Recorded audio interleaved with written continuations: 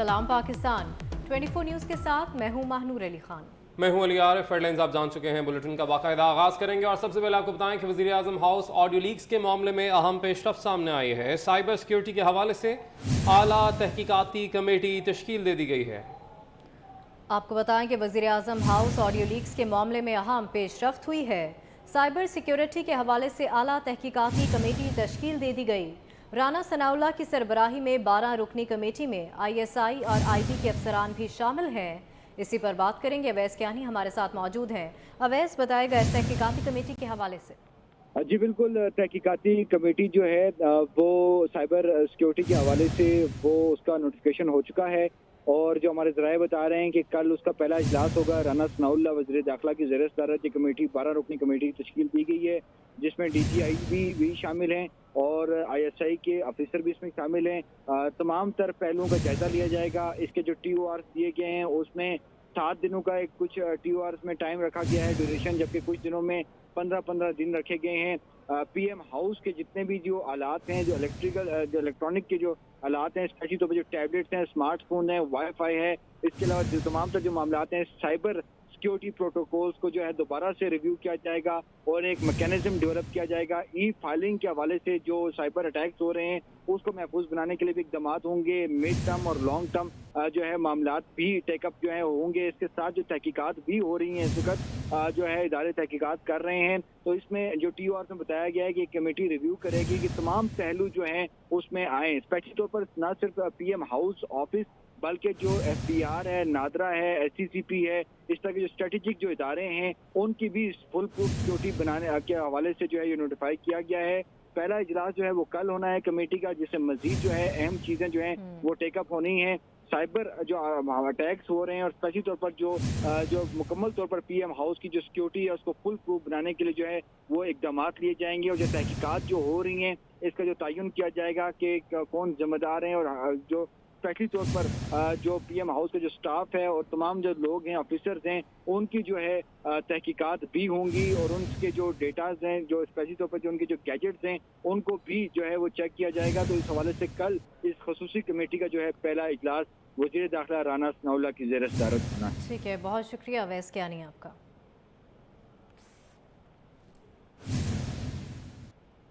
बलूचिस्तान के ज़िला लसबेला में पेश आए हेलीकॉप्टर हादसे पर मनफी प्रोपागेंडा करने वालों के खिलाफ FIA साइबर क्राइम की कार्रवाई।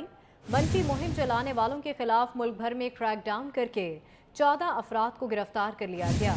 FIA के मुताबिक लाहौर से 11, खैबर पख्तूनख्वा से 2 और कराची से 1 शख्स को गिरफ्तार किया जा चुका है। कराची में बल्दियाती इंतखाबात मुलतवी कराने की दरख्वास्त मुस्तरद कर दी गई। इलेक्शन कमीशन का कहना है कि कराची में ज़िमनी इलेक्शन 23 अक्टूबर को ही होंगे। इलेक्शन कमीशन का कहना है कि वफाकी हुकूमत से सिर्फ 2.5 करोड़ रुपए मिले, मुकम्मल फंड्स फ्राहम ना किए गए तो ज़िमनी इलेक्शन मुलतवी कर देंगे। कराची में बल्दियाती इंतखाबात मुलतवी कराने की दरख्वास्त मुस्तरद कर दी गई है। बात करेंगे हमारे नुमाइंदे उस्मान खान से। जी उस्मान, बताएगा। जी बिल्कुल, कराची में बल्दियाती इंतखाबात मुलतवी कराने की दरख्वास्त मुस्तरद हो गई है। इलेक्शन कमीशन के मुताबिक सूबाई हुकूमत कराची डिवीजन में पुलिस की तैनाती को यकीनी बनाए। इलेक्शन कमीशन ने कहा है कि इलेक्शन के दौरान अमन व अमान कायम रखना सूबाई हुकूमतों की जिम्मेदारी है। सूबाई हुकूमत ने खिलाफ की वजह से बल्दियाती इंतखाबात 3 महीनों के लिए मुलतवी करने की दरख्वास्त की थी। वफाकी हुकूमत ने ज़िमनी इंतखाब के लिए 600 मिलियन रुपए जो है फराहम नहीं करने थे जो अभी तक फराहम नहीं हुए। फंड्स फराहम ना करने पर जो है वो इलेक्शन कमीशन ने शदीद तशवीश का इजहार किया है।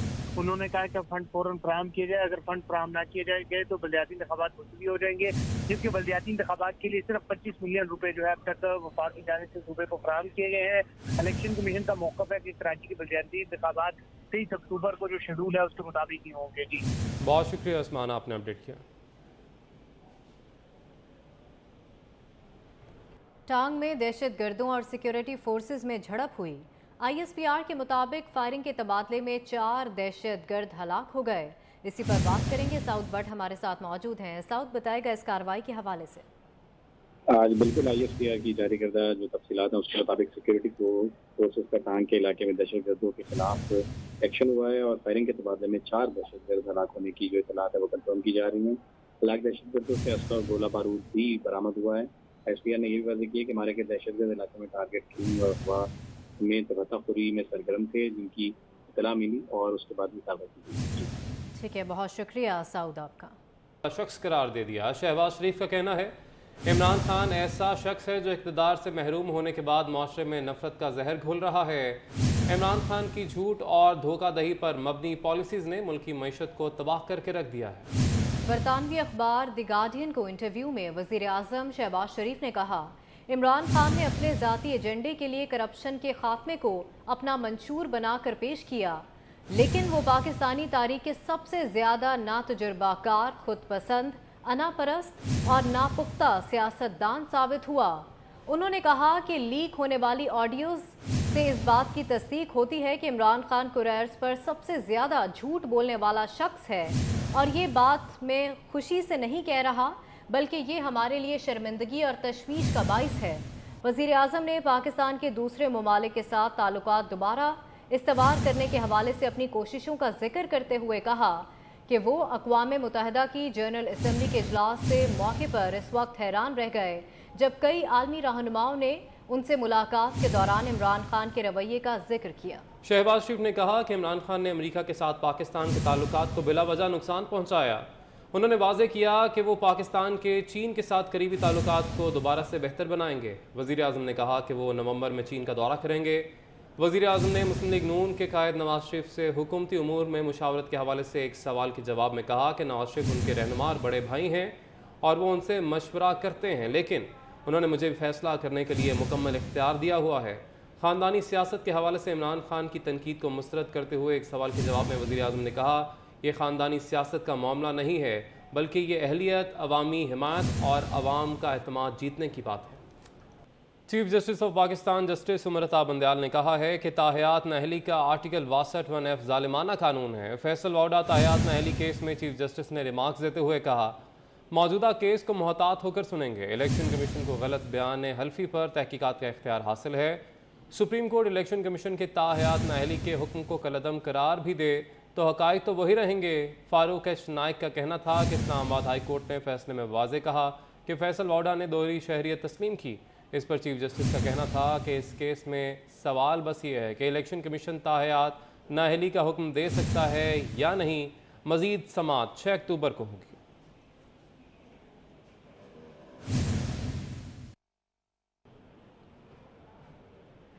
पीटीआई लॉन्ग मार्च के हवाले से हुकूमत का बड़ा फैसला। लॉन्ग मार्च के दौरान रेड जोन और डिप्लोमेटिक इनक्लेव की सिक्योरिटी पाक फौज के हवाले करने का फैसला किया गया है। वजारत दाखिला आइन के आर्टिकल 245 के तहत इस्लामाबाद में पाक फौज तैनात करेगी। लॉन्ग मार्च रोकने के लिए 30,000 की नफरी इस्लामाबाद में तैनात की जाएगी। इसी पर बात करेंगे, अवैस कियानी हमारे साथ मौजूद हैं। अवैस, बताएगा इस फैसले के हवाले से। जी बिल्कुल, जो मुमकिन जो लॉन्ग मार्च है उस हवाले से जो वजारत दाखिला है उन्होंने भी कमर कस ली है। वज़ीर दाखिला राना सनाउल्लाह ने आज तमाम जो इंटेलिजेंस इदारे थे और वफाकी जो सिक्योरिटी इदारे थे उनको, उनके अफसरान को आज तलब किया था और उन्होंने भी अपनी स्ट्रेटजी मुरतब कर ली है। हुकूमत का बड़ा फैसला सामने आया है कि अगर लॉन्ग मार्च होती है तो उस दौरान रेड जोन और सची चौक पर जो डिप्लोमेटिक इनक्लेव है, इसकी तमाम तर जो सिक्योरिटी है वो पाक फौज के हवाले जो है वो की जाएगी। और इस ज़मन में जो आइन का जो आर्टिकल 245 है उसके तहत पाक फौज को जो है वो तलब किया जाएगा और वहाँ पर कोई भी अगर रेड जोन को अगर कोई शुरू जो है कारकुन क्रॉस करेगा तो फिर आगे जो है पाक फौज उसको डिफेंड करेगी। लेकिन इससे पहले जो तमाम जो इदारे हैं, जो सिंध के जो रेंजर्स हैं, पंजाब रेंजर्स हैं और उसके साथ जो इस्लामाबाद पुलिस है, इनकी टोटल मिला के जो है विदाई तौर पर 30,000 से ज़्यादा की नफरी है वो वज़ीर दाखिला राना सनाउल्लाह ने जो है अपने इजलास में कहा है कि इनको इस्लामाबाद में बुलाया जाए और ये डिफेंड करेंगे पहले लॉन्ग मार्च के कारकुनान को और उसके आगे जो है पाक फौज होगी। तो जो वजारत दाखिला है उन्होंने जो मुमकिन जो लॉन्ग मार्च है पीटीआई की उसको रोकने के लिए अपनी हिकमत अमली मरतब कर ली। और इसमें सबसे अहम चीज़ ये है कि जो पीटीआई की जो लॉन्ग मार्च की शुरा को जो फैसिलिटेट जो किया जाएगा, जिसमें स्पेशली तौर पर जो साउंड सिस्टम से देख के उनके जो खुराक का जो सप्लाई के हवाले से और कैटरिंग के तमाम तर जो चीज़ें होती हैं उनको जो फैसिलिटेटर्स हैं उनके हवाले से भी जो है लिस्टें मुरतब की जा रही हैं और उनके खिलाफ भी फौरी तौर पर जो है वो कार्रवाई होगी। और इस हवाले से जो है ज़ीरो टॉलरेंस का कहा गया है। जो वफाकी जो पुलिस है और जो इदारे हैं कि इसमें किसी तौर पर भी जो है कोई नरमी नहीं बरती जाएगी, बल्कि जो है जी हर तरह से जो है। ठीक है, बहुत शुक्रिया अवैस कियानी आपका।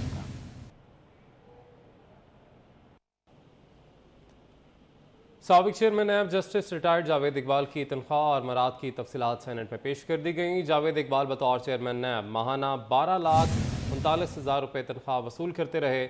बात करेंगे हमारे नुमाइंदे उस्मान खान से। जी उस्मान, बताएगा। जी बिल्कुल अली, साबिक chairman NAB justice retired Javed Iqbal की तनख्वाह, मराहत और दीगर की जो तफसीलात है वो आज जो है वो सेनेट में पेश कर दी गई है। साबिक चेयरमैन नैब की 2017 से 2022 तक की जो तनख्वाहों की तफसीलात है वो सामने आई है। जो जवाब है तहरीरी तौर उसमें कहा गया है जावेद इकबाल बतौर चेयरमैन नैब माहाना 12,39,000 रुपये तनख्वाह वसूल कर रहे थे। जावेद इकबाल के लिए 6,000 रुपये टेलीफोन, जबकि 68,000 रुपये जो है वो हाउस रेंट मुकर्रर था। जावेद इकबाल की माहाना बुनियादी तनख्वाह 12,39,000 थी। जावेद इकबाल ने माहाना बुनियादी तनख्वाह की मद में कुल 7,03,05,923 रुपए हासिल किए हैं। 5 सालों के दौरान चेयरमैन नैब ने कुल 7 करोड़ जो है वो 54,04,985 रुपए जो है वो वसूल किए हैं। उनकी जो टेन्योर था उसकी जो तमाम तफसीलात थी वो आज वज़ारत कानून ने सेनेट में जमा करवा दी है। ठीक है उस्मान, आपने अपडेट किया, बहुत शुक्रिया आपका। वज़ीर ख़ारजा बिलावल भुट्टो जरदारी के जुमेरात से दौरा जर्मनी का इम्कान है। ज़राए के मुताबिक वज़ीर ख़ारजा 7 अक्टूबर को जर्मनी की दारुल हुकूमत बर्लिन में अहम मुलाकातें करेंगे। बिलावल भुट्टो का बतौर वज़ीर ख़ारजा ये पहला दौरा जर्मनी होगा।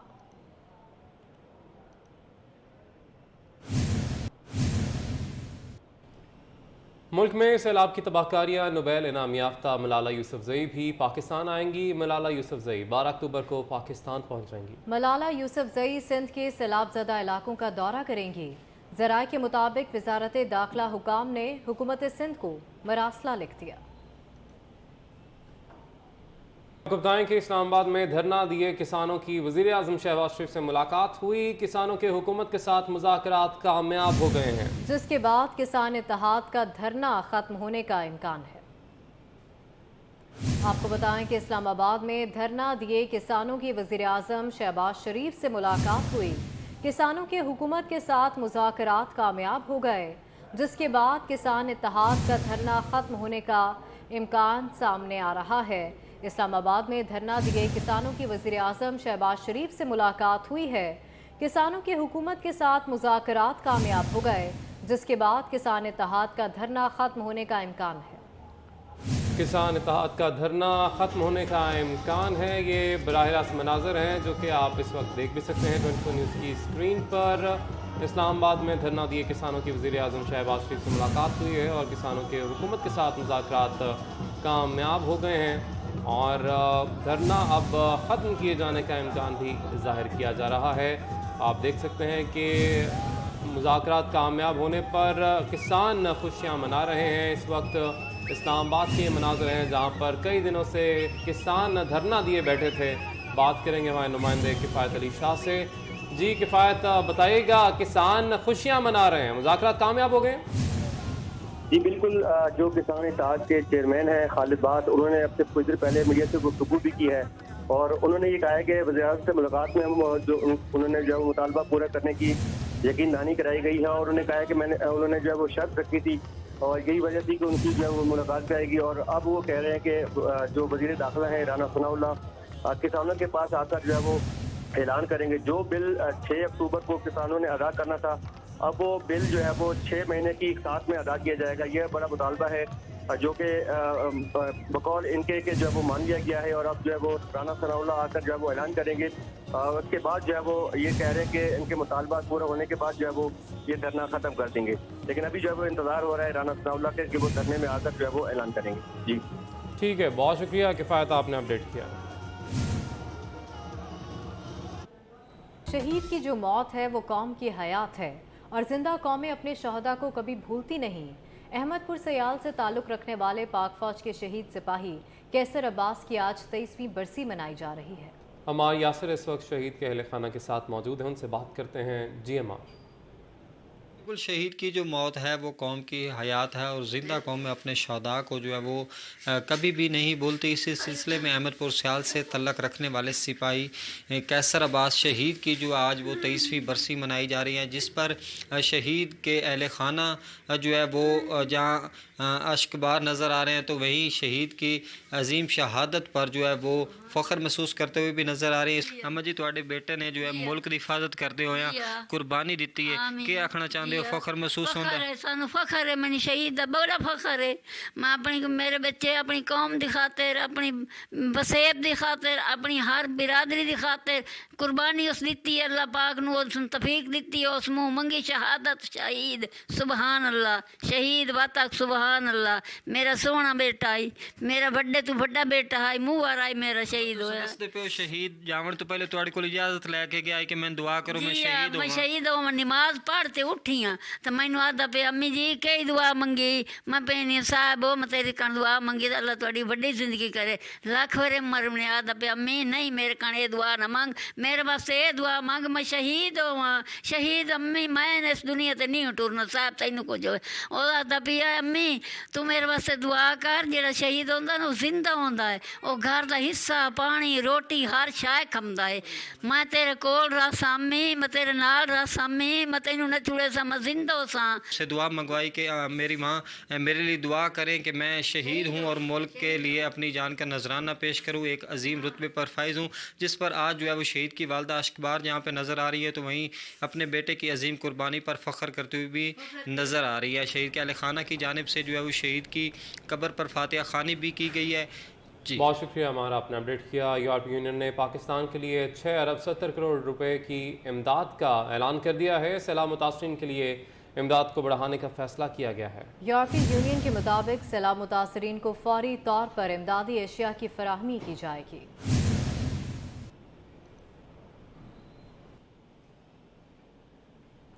वज़ीर-ए-आज़म शहबाज शरीफ से क्राइसिस मैनेजमेंट के लिए यूरोपीय कमिश्नर की मुलाकात हुई। वज़ीर-ए-आज़म ने कहा कि पाकिस्तान यूरोपीय यूनियन के साथ अपने ताल्लुकात को बहुत अहमियत देता है। वज़ीर-ए-आज़म ने इस बात पर जोर दिया कि पाकिस्तान आलमी कार्बन के अखराज में सबसे कम हिस्सेदार है, इसके बावजूद मौसमियाती तब्दीलियों के असरात से सबसे ज़्यादा मुतासर ममालिक में शामिल है। उन्होंने उम्मीद ज़ाहिर की कि आलमी बरादरी बहाली और तामीर नौ के मरहले में ताउन के ज़रिए सैलाब के मनफी नताइज को कम करने के लिए अपनी कोशिशें तेज़ करेगी।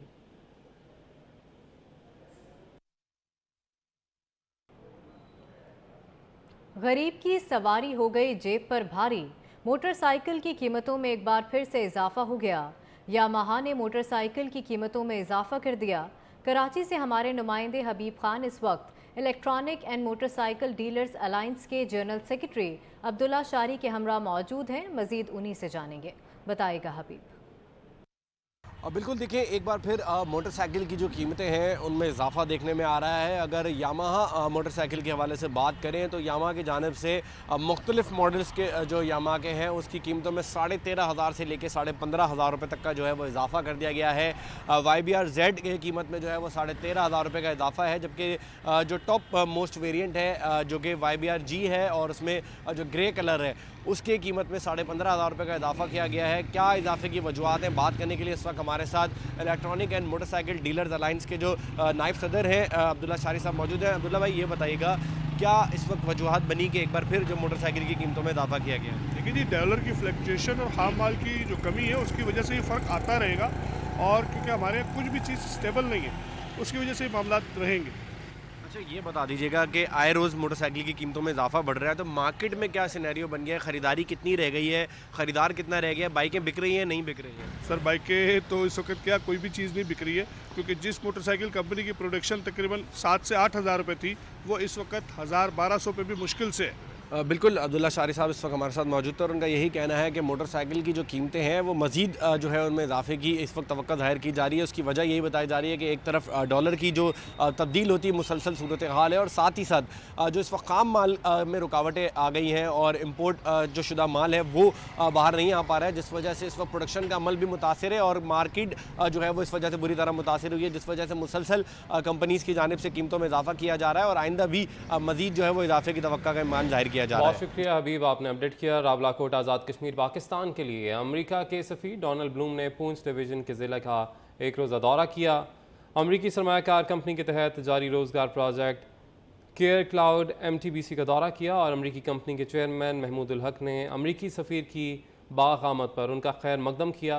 अमरीकी सफ़ीर ने प्रोजेक्ट के तहत मारूफ स्कूल चेन हेड स्टार्ट की ब्रांच का इफ्तिताह भी किया।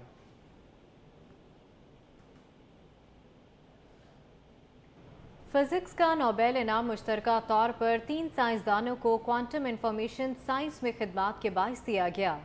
फ्रांस के एलन एस्पेक्ट, अमेरिका के जॉन क्लोजर और ऑस्ट्रिया के एंटन जेलनगर की दरियाफ्त से क्वांटम कंप्यूटर्स नेटवर्क और महफूज इनक्रप्टेड मवासलात के लिए राह हमवार हुई।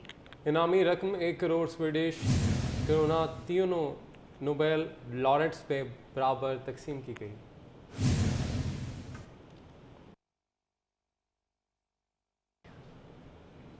न्यूज़ स्टूडियो से फिल वक्त